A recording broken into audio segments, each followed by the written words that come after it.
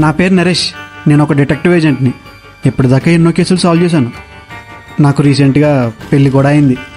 Hello Naresh గారు, ఒక case వచ్చిందండి, మీ హెల్ప్ కొంచెం కావాలి. వస్తున్నా. మేఘా అనే అమ్మాయి ఆఫీస్కి వెళ్తున్న టైంలో మిస్ అయింది. ఆ తర్వాత మర్డర్ అయి కనిపించింది.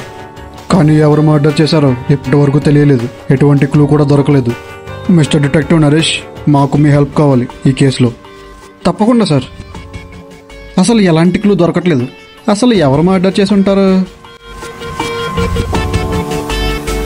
Mister Naresh, your under arrest.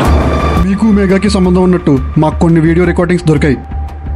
నేను మర్డర్ చేయడం అంటే ఏం మాట్లాడుతున్నారు? మేఘా మొబైల్ కూడా మాకు దొరికింది. ఆ ఫోన్లో ఉన్న చివరి మెసేజెస్ అన్నీ మీ దగ్గర నుంచే వచ్చాయి. మీరు మాతో రావాల్సిందే, తప్పదు. అసలు నేనేం చేశారా? నన్ను ఇన్వెస్టిగేట్ చేయమని చెప్పి నన్ను ఇరికిచ్చారు. ప్రూఫ్స్ అన్ని నీకు ఎగనెస్ట్గా ఉన్నారా? అరే, ఆ వీడియోస్ ఖచ్చితంగా ఏఏతో చేసిన వీడియోసే. ఒక పంచే నువ్వు అవి మన టెక్కిగడికి పంపి అవి ఏఏ జనరేటెడ్ వీడియోస్ అని ప్రూవ్ చేయి. అప్పుడు మనకి బెయిల్ వస్తుంది. సరే. అరే, అవన్నీ ఏ వీడియోస్ రా? నీకు బెయిల్ వచ్చింది. ఇంకో విషయం, మీ వైఫ్ నేను చాలా మిస్ అవుతుందిరా. నీ కోసం వెయిట్ చేస్తుంది ఇంటి దగ్గర. అలాగే నీకు ఇష్టమైన చికెన్ కర్రీ చేశా అని చెప్పమంది. అసలు నా ఫోన్ నుంచి మెసేజెస్ ఎలా వెళ్ళారా? అయితే నా ఫోన్ ఎవడైనా హ్యాక్ చేసి ఉండాలి, లేకపోతే నేను పడుకున్నప్పుడు మా ఇంటికి ఎవడైనా వచ్చి నా ఫోన్ నుంచి మెసేజ్ పెట్టి ఉండాలి. ఓ పని చేద్దాం, వెళ్ళి సీసీటీవీ ఫోటోస్ చెక్ చేద్దాం పదా. సీసీటీవీ రికార్డింగ్స్లో కూడా ఏం లేదురా. అయినా నన్ను ఫ్రేమ్ చేసిన వాళ్ళకి ఈ రికార్డింగ్లు మార్చడం ఎంత పని.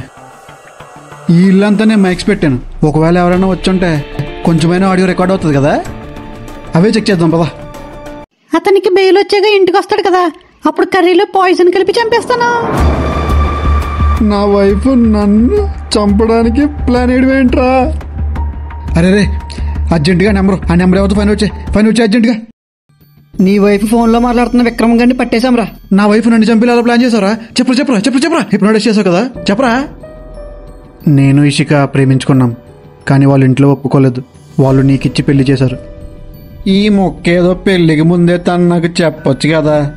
సో మేము మేఘా అనే ఒక అమ్మాయిని చూస్ చేసుకున్నాం. తనకి నీకు ఎఫ్ఐఆర్ ఉన్నట్టుగా ఫ్రేమ్ చేసి నిన్ను జైల్లో పెట్టేద్దాం అనుకున్నాం. పాపం అన్యాయంగా మేఘానా అమ్మాయిని చంపేశారు కదరా. ఒకవేళ నీకు బెయిల్ వస్తే కర్రీలో పాయిజన్ కలిపి నిన్ను చంపేద్దాం అనుకున్నాం. తర్వాత నువ్వు గిల్టీ ఫీల్తో సూసైడ్ చేసుకున్నట్టు ప్రూవ్ చేద్దాం అనుకున్నాం. ఆ తర్వాత రిషిక ఏం చెప్పిందంటే, ఇషిక అలా డల్గా ఉండటం వాళ్ళ నాన్న చూడలేక ఎవరో ఒకరికి ఇచ్చి పెళ్లి చేద్దాం అనుకుంటాడు. అప్పుడు తను నన్ను చూపిస్తా అని చెప్పింది. ఆ తర్వాత మేము ఇద్దరం పెళ్లి చేసుకుని హ్యాపీగా ఉందాం అనుకున్నాం. అదే మా ప్లాన్. మధ్యలో నేను బకరానా? ఈ ప్రూఫ్ చాలులే వీళ్ళని పట్టించడానికి. ఏంట్రా, నీ వైఫ్ నేను చీట్ చేసిందని బాధపడుతున్నావా?